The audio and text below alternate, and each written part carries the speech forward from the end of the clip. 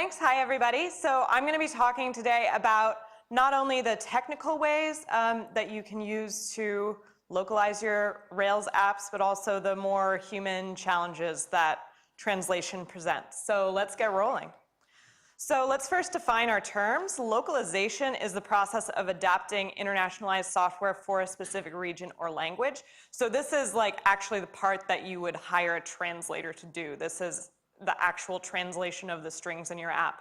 Whereas internationalization is more what you as a developer would be doing. That's designing a software application so that it can potentially be adapted to various languages and regions without engineering changes. So this involves things like factoring all of your strings out into YAML files, making it so that anytime you're using a distance or something that could be regionally variable, that we can then reference what region a user is coming from and show it to them correctly. So what do we mean when we say translation? So probably the first thing that comes to mind is your typical language-to-language translation. So that's English to French, French to Arabic, so on and so forth.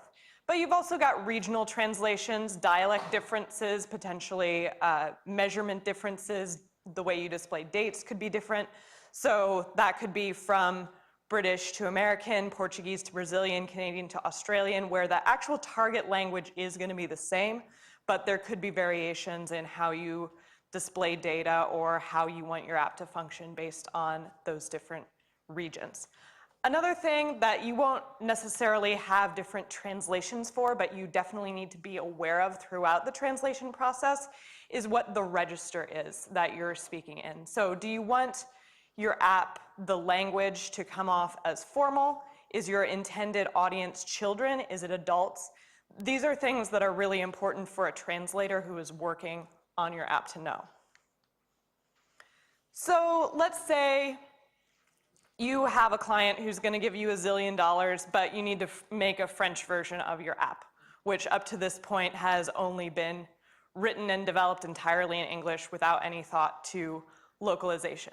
This is, to be honest, not the best position to be in, just because, as we discussed, the internationalization portion, the actually adapting the software to make it possible to even start translating it, is a good amount of work if you haven't been thinking about it from the beginning. So when should you start thinking about localization? You should probably think about it as soon as you possibly can in your development process. And the reason for that is if you think about your app and its possible audience, if that set is outside of, say, Australia or US-based English speakers, or maybe you're developing an app in a different original language, but if it's possible that anyone outside of that kind of linguistic community and region is going to want that app, localization is something that should be on your radar. And this is something that I want to point out, even if you're looking to target the same region. In the US, for example, there are lots of different linguistic communities within the US. So even if you're targeting a US-only audience, it would probably make sense to have a Spanish version, have a Mandarin version, etc. Whoa, okay. And when should you internationalize? And this is something that I would say you should start thinking about before you are in the situation of actually having to localize.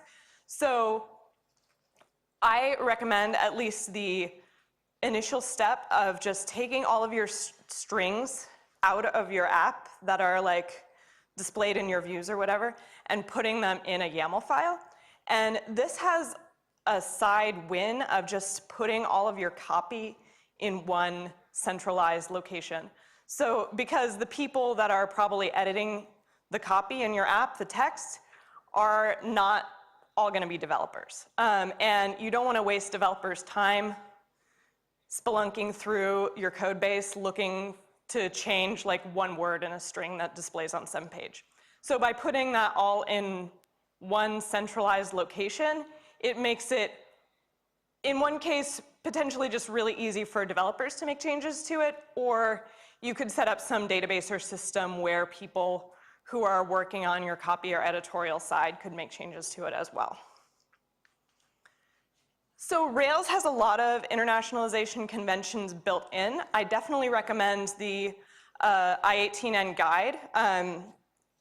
But basically, they use a key-based YAML system by default, and you would call I18N.t and then the name of a key, and that would pull up that key in the whatever location the user has set. So if they're set as French from France, then that's the key that would display. And there's a lot built in for you, so I definitely recommend digging into all of this. Here are some other gems that you might want to consider using in your localization adventure. There's Rails I18N, which provides translations for a lot of the boilerplate in Rails, like active record errors, things like that. Provides date formats for probably every language and country that you can imagine. A lot of those kind of things that you don't want to put in the trouble of having someone actually translate because it's already been done over and over again. There's Localap, which provides a web GUI for translators to log into and actually input translations. So as we mentioned before, it's probably kind of unwieldy to have the people providing your translations using YAML files. So Localap gets around that by providing this web interface, and then you can just do a pull from that, which will generate the YAML files, and you can just stick them in your repo so that you have kind of an external source of truth, and you don't have to rely on making direct edits to the YAML files. There is Globalize, which gives you the functionality of adding translations to active record attributes. So if, say, you have a blog where you've got text that needs to be translated on each of the blog posts or titles that need to be translated, Globalize would probably be what you wanted to use for that. Geocoder provides functionality that will allow you to auto-select a language and location based on a user's IP address. So that is potentially very useful, although I will caution you to provide some reasonable way for a user to override that, say if they are traveling abroad or for whatever reason don't speak the language that you are assuming that they speak. There's also I18N tasks, which just helps you a lot in the management of your translations. It'll scan through all of your YAML keys and tell you which ones are actually being used in your app. And so it can flag the things that are unused. It can flag translations that are missing in certain languages. So that is really helpful as well.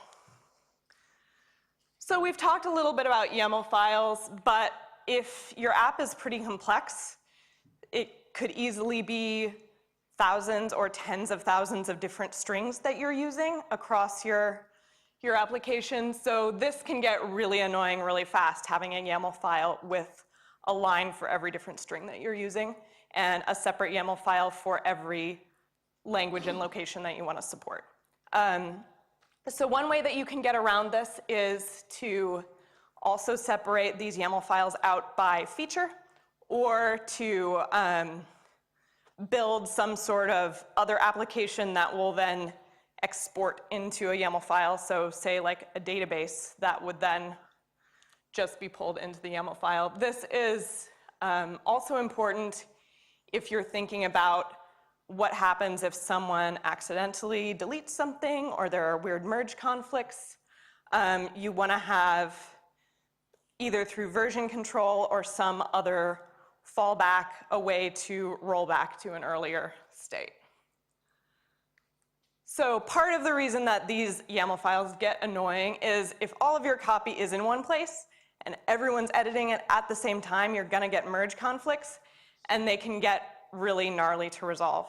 So I would recommend not having directly editing your YAML files be the way that you interface with the translations. Either have someone who is just sort of the steward of the YAML files and no one else really edits them, or have some external source of truth that you can then check against so that you avoid catastrophe and merge conflicts. So when you're going through this process of setting up a internationalization system and a localization setup, you should think about what exactly is it in your app that needs to get translated.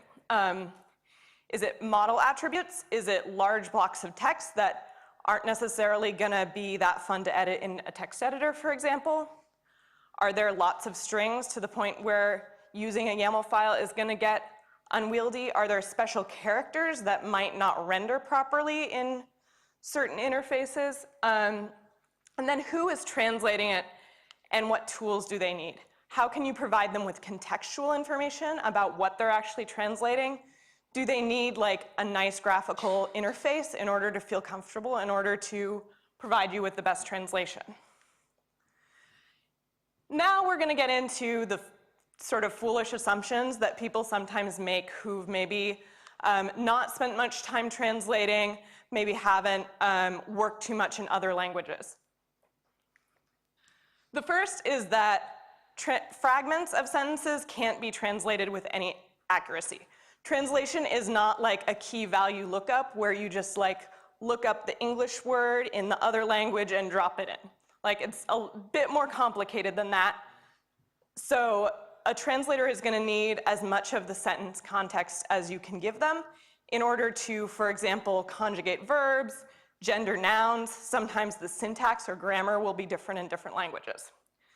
So if you got a situation where you're tempted to sort of put a fragment at the beginning of the sentence and then like another fragment at the end of the sentence and drop in a variable in the middle, I would urge you to instead use these variables that I18N provides for you. So to do this, you would just call the key and then pass this errors in a hash at the end so that the errors string will just be dropped in to that key. So you can render the string dynamically.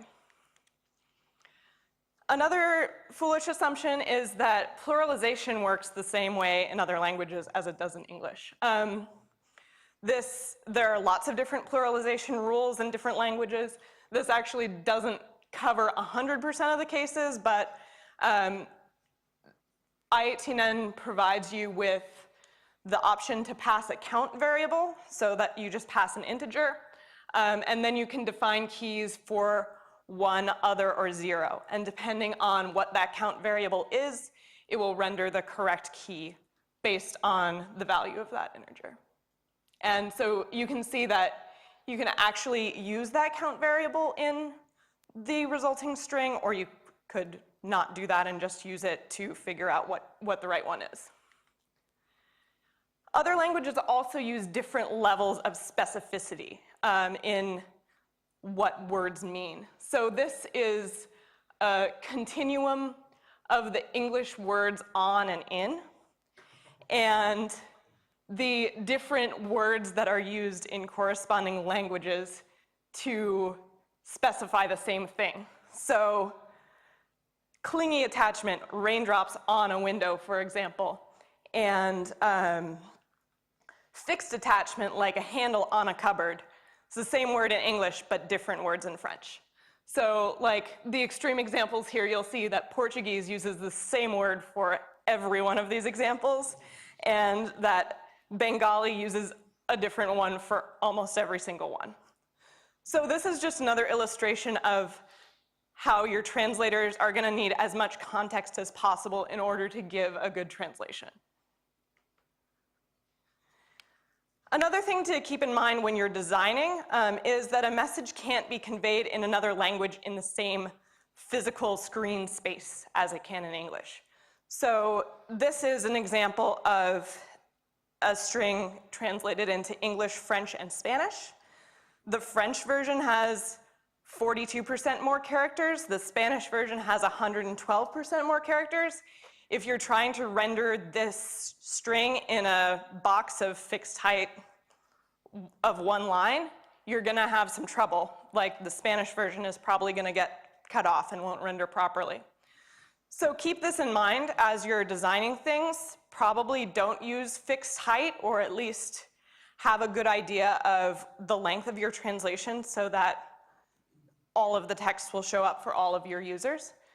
If you know what your target language is, you can actually look up, there are tables online that'll show you kind of the percent expansion or contraction of text that you can expect to see with different language pairs. So I think, for example, with French, you can usually expect about a 30% expansion in the number of characters that you'll be using.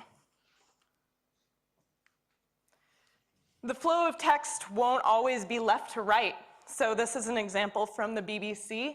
This is their Arabic site and their French site. And so you'll notice not only is the flow of the text different, but the design elements that your eyes are sort of supposed to see first have been swapped to the right side of the screen. So the logo, the profile link and so forth, and the sort of main front page link is also over there, and the search bar has been switched to this side. The character set won't always be the Roman alphabet, so this is important in the fonts that you're using. It's also important if you're using things like bold and italics to indicate anything important in your app. Those are not going to render properly in different character sets, most likely. So if you're trying to use bolds and italics to convey information, you should think about how you can get around that in other character sets. And after those technical considerations, I would also urge you to think about how exactly your app translates in a broader sense of the word to other cultures and other countries. Thinking about the cultural and legal implications and differences when choosing what languages you want to translate into, what other countries you maybe want to expand to. Things like privacy, norms around what kind of information that you collect about people are not the same, for example, in the US and Europe. There are the potential for legal issues, depending on what exactly your app addresses. There may be things that are very specific to the country that you're coming from. So, for example, in the US, if you had an app that was around navigating the US healthcare system, probably wouldn't be that helpful to someone in Europe or in Australia. There are also cultural differences. For example, not just in the way that your app works, but in your iconography. A pointed finger symbol can be construed as an obscene gesture in some countries. So that's another thing to be aware of. So if you take nothing else away from this talk, I want you to think about localization as soon as possible. Know that when you localize something, your translators are going to need to have a very good understanding of your app and how it works. Hopefully they'll be able to actually see it in action and use it to understand how it's supposed to be used. And know that translation is a really hard problem and that there are likely to be issues at the first pass, and that shouldn't discourage you. And it's important to know your audience, as with anything in software, but especially in translation and trying to communicate an idea to another country or culture. And that's all for now. I'm happy to take any questions. Valerie Codes is my Twitter handle. It's been at the bottom of all the slides. Feel free to, if you have questions later, to ping me, or my direct messages are always open. So happy to address any questions that you have.